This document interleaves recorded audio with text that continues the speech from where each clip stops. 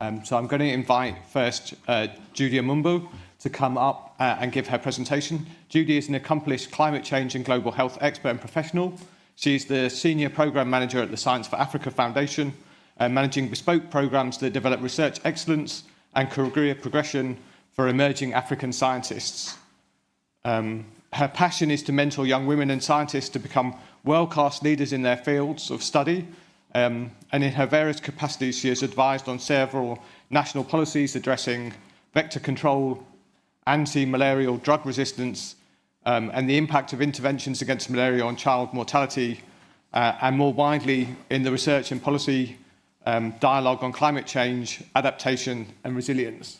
So would you please welcome Judy to the stage?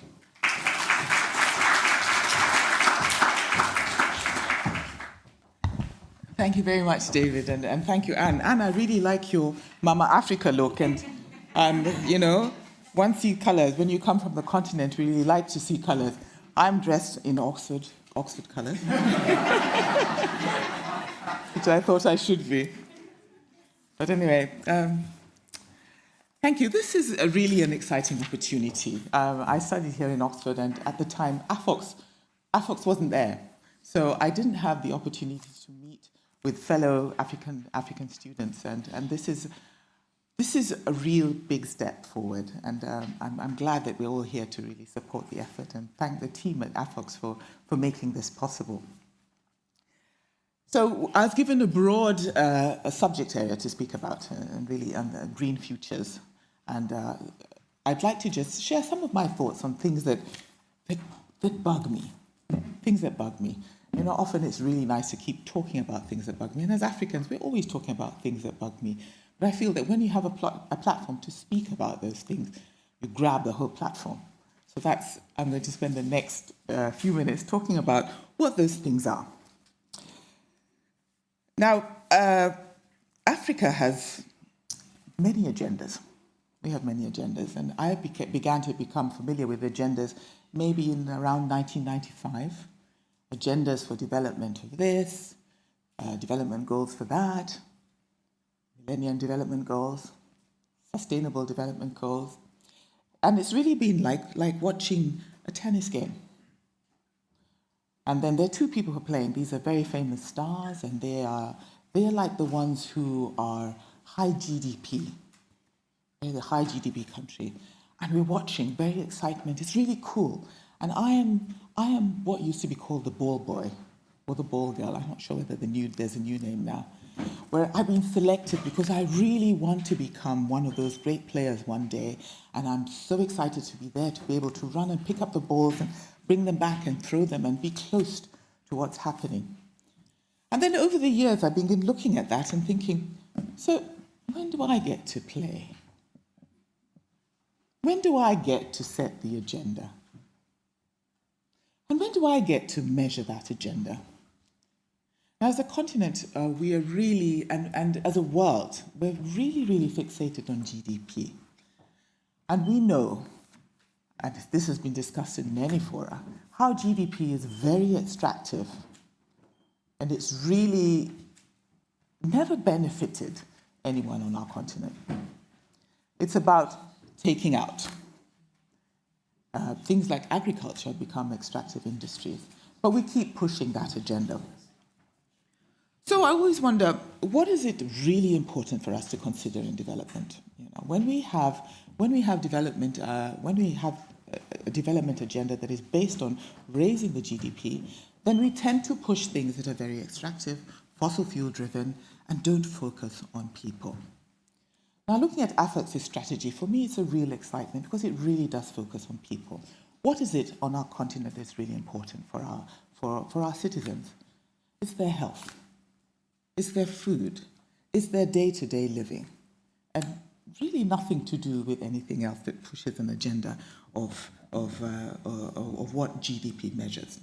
It's important to think of what you're measuring and how you're measuring it, because that really drives your thoughts on how to implement issues around development.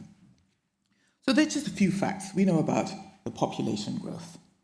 We're looking at a 90% growth from 1.3 billion estimated measured in 2019 to about 2.5 billion people by 2050. When you think about it, the continent remains the same size and resources are diminishing. All of our resources come from the environment, if you think about it. Everything comes from the environment. And we're extracting. We're extracting it, not putting it back in. So let's keep that in mind. Another fact is that most of our population will live in urban centers.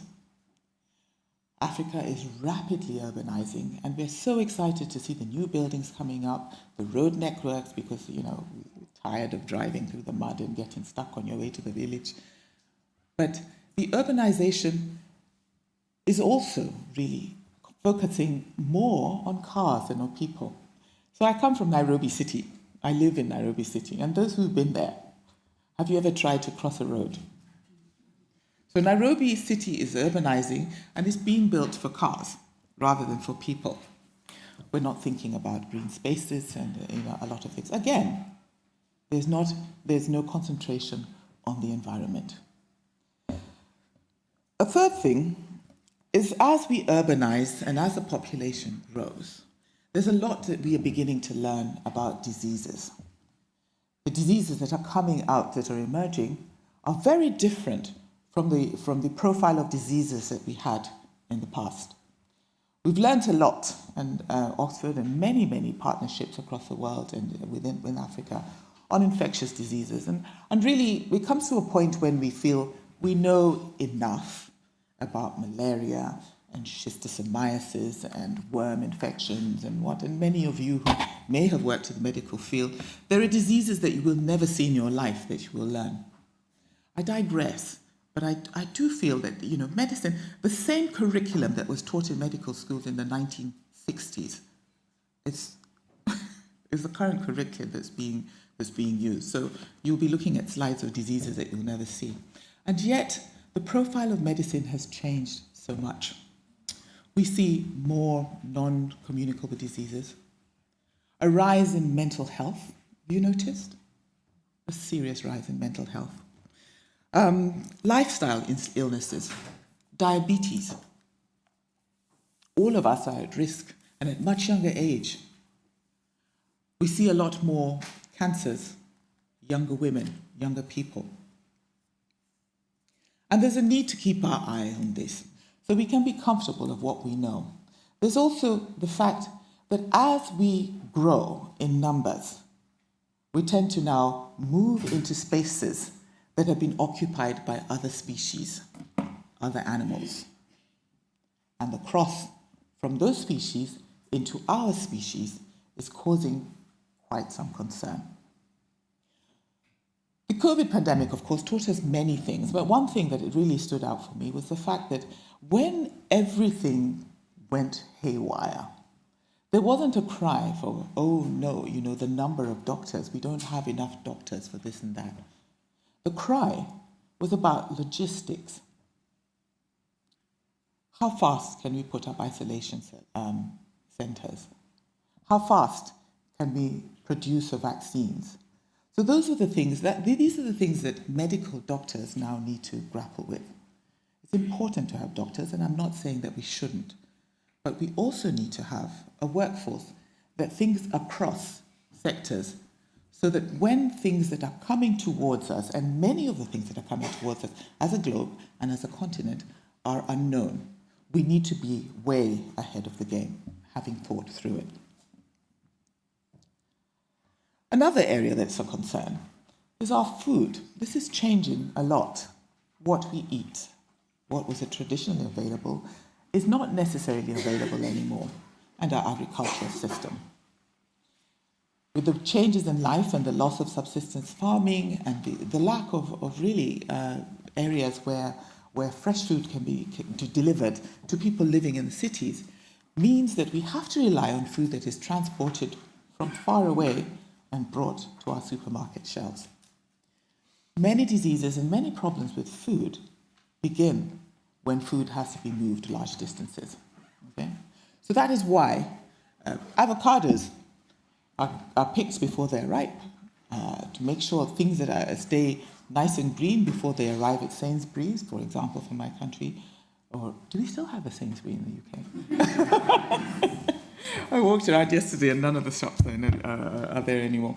To make sure that they're still edible, a lot of chemicals have to be introduced in food. We're also pushing an agenda, agricultural plans, where we are feeding. Agriculture has become a completely extractive industry. I'll speak about Kenya because no one is going to tell me that I don't know about that country because I come from there. We grow a lot of beautiful sweet peppers and broccoli and tons of French beans. I'm like, which Kenyan eats French beans? Our favorite food is ugali or pap, you know what ugali is. It's made out of maize flour and we cook it and we like to eat it with our natural indigenous vegetables. But we are producing food that we don't eat locally and driving an agenda of having single crops growing in acres and acres, using a lot of chemical fertilizers, using a lot of, producing cherry tomatoes, which are delicious in salads, but that is another thing that doesn't work with ugali. And growing peppers and tomatoes that are fumigated to death. So as a result, and this has been a concern for many people who work in the food sector, the soils are poisoned, production is really decreasing. So what is the problem? The problem is that as a continent, we haven't actually begun to address this issue of the environment. The discussion around climate change is very much something for other people. But as a continent, we haven't actually put on board that it's vital for our lives to be thinking about the environment, to be thinking about these things.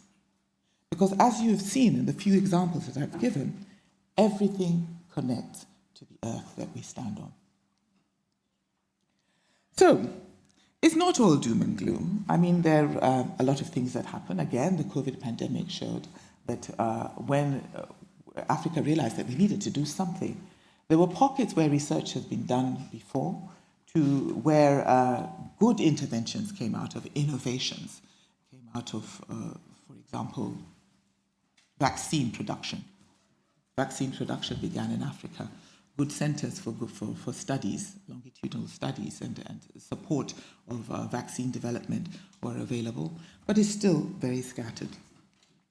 So what am I saying? There's a need, first of all, for us as a continent, as leaders.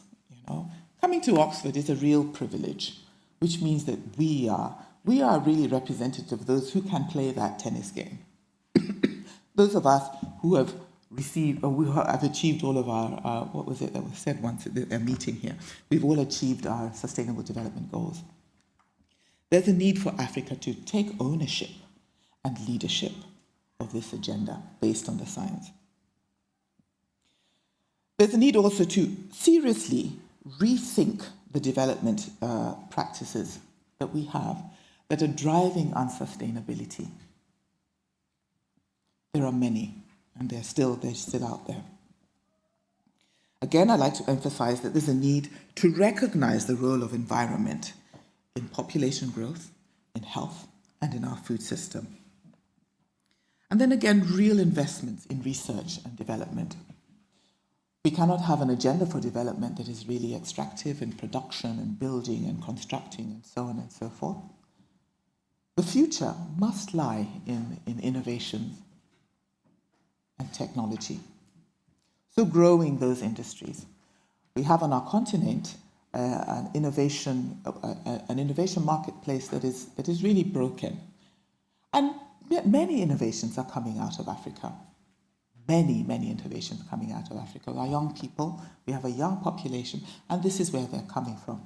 Yet they do not have a place when they have a good idea to take this. That's an area we need to build that marketplace and allow innovation to be taken to scale, tested, sandboxes for people to try and fail, because that is the only way that you go forward. You keep trying until you get it right. We need to revamp we need to revamp the priorities and projections for our workforce, a rethink of the workforce.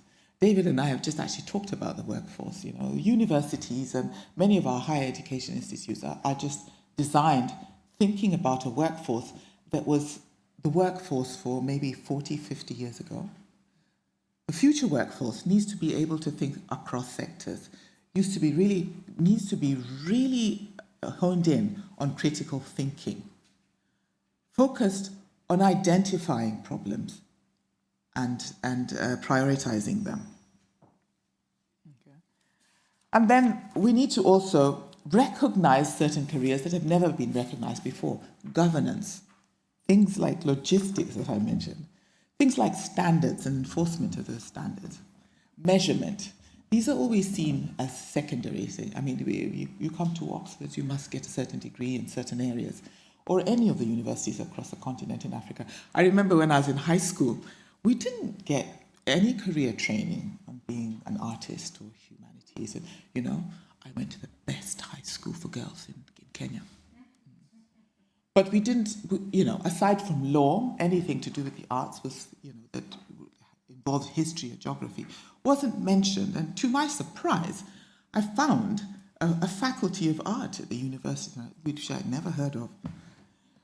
We need to make sure that we engage people in science.